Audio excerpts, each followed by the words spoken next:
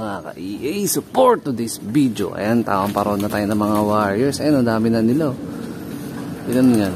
Sa atin ba lahat yan? O meron na naman sumabay na loop visitor.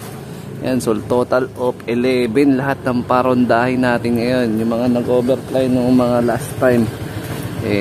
Dalawa lang yung nakabalik nga. Ayan, ilan ba sila? Bilangin nyo mga lapatids. Kung 11. O 11 naman talaga sila. Ayan. Tama pa, low fly lang. Magkakasama na yung Team North, Team South, tsaka Team MacArthur. Ayun, nag-raging na sila.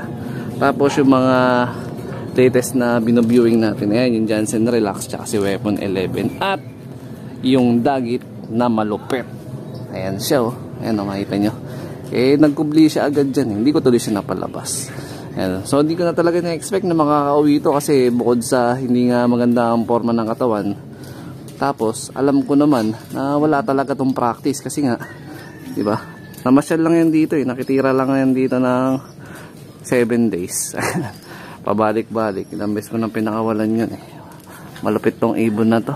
Biruin mo 109 kilometers pabalik dito. Mula dun sa Paniki, Tarlac, pabalik nga dito sa San Jose del Monte, Bulacan. Aba, nakauwi pa. Yun nga lang, inabot siya hanggang kinabukasan, Lunes. Ayan. So pagbalik, naawa naman ako. Siyempre, nirecover ko na. So plano ko pa rin, ikarga siya sa susunod na training. Ayan. Nasa 120 plus kilometers na yun. Ayan, mga lapatids. So, tibay itong loop visitor natin.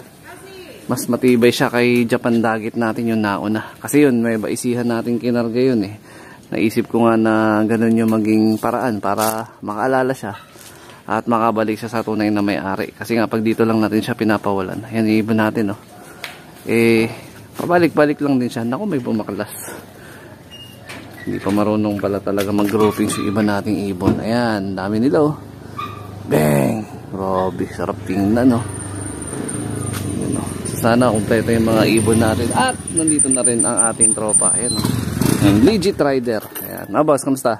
Ayos lang. Parang may angkas-katan nakita ko kanina Hindi kasi angkas angkas helmet. Ayan.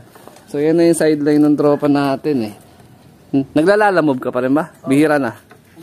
Naglalamove pa rin. Mas madalas angkas. Oo. Ayan meron tayong papadeliver kasi gawa ng yung nag-acquire sa atin. Sana Ayan, ready na. Ayan, balot na to. Ano to? Javier Leyte line natin to. Full sibling ni Lady Mina to. Rektang anak ni tawag nito ni Batusay cross kay Rezo. Ayan. Actually magkakaiba na yung mga pares ng mga ibon na yan. So ito si Batusay. Kapares niya dito iba na. Jersey na. Ito naman sa kabila.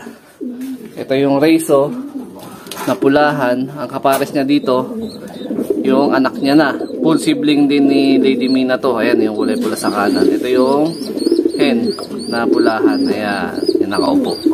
75 years later.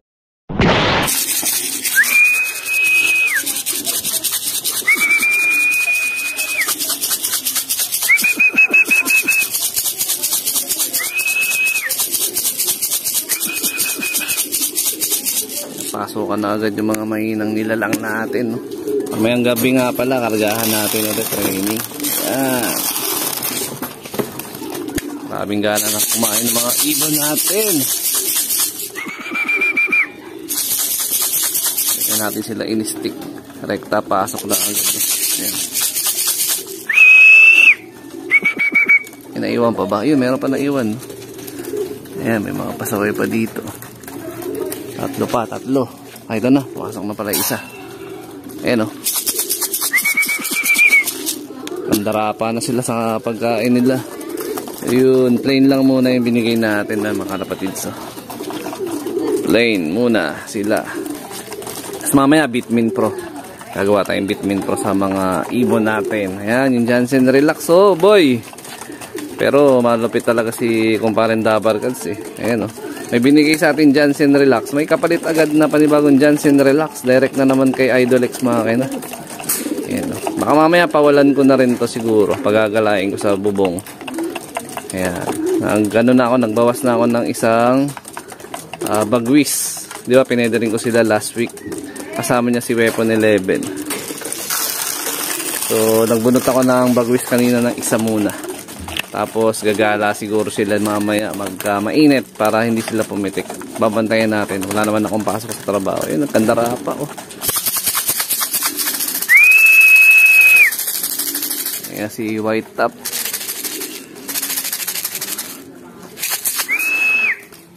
Sa atin ba yung isang yun? Sa atin ba yun?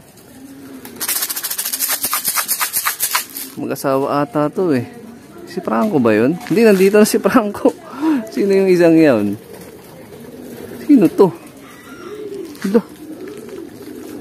Hilahin ko nga. Dapat 14 sila eh. Kung dalawa ay nasa labas, dapat 12 sila dito. 3, 4, 5, 6, 7, 8, 9, 10, 11. O, atin nga yun. 1, 5. Tayo malikot. 4, 5, 6, 7, 8, 9, 10, 11, 12. Okay, sa atin nga yun. Kala ko, panibagong loft visitor na naman eh. Confirm sa atin. Ayan o. Gutom yan, gutom. Sige, pagbigyan natin. Yung kaya pumasok. Yun. Ah, si Red Nut pala to eh. Red Nut ba yun? Si Nut Nut? Nut Nut? Hindi, nandun si Nut Nut. Yung MacArthur banded. Isang kabatch na yun sigurado. Hindi pa masyadong marunong lumanding. Kids, ang ating ibibigay Bitcoin Pro. Meron tayong isang pasakay na ibon na ayaw pang pumasok. Ayun, no? Si Mr. K. Yan, siya yung ibon na kasama ni White Top kanina na paligid-ligid sa taas. Ayaw pumasok. Ayan. Tom Jones pa kayo? Okay na yun. Yun na yung food trip nyo. Ayan, dapat may pagunahan kayo lagi sa pagkain. Pumasok para hindi kayo nauubusan.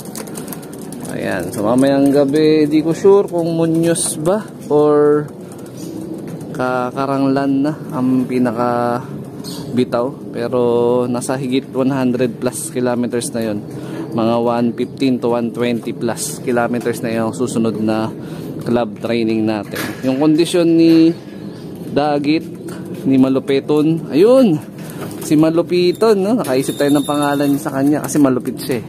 Ayun, si Malupiton, ayan, yung ating loft visitor na maputik pa rin hanggang ngayon. Baka mamaya magpaligo ko sa mga ibon natin. Bigay ako sa kanila ng pang self bath. Ayan, si Malupiton Dagit. Ayan o, ayan o, ayan o, yan, iba yan eh, pinapabilib ako nito eh. Ayan, may isa pa tayong ibon na nakababad dun. Bahala ka dyan, nakalampod trip, mamaya ka ng hapon kakain.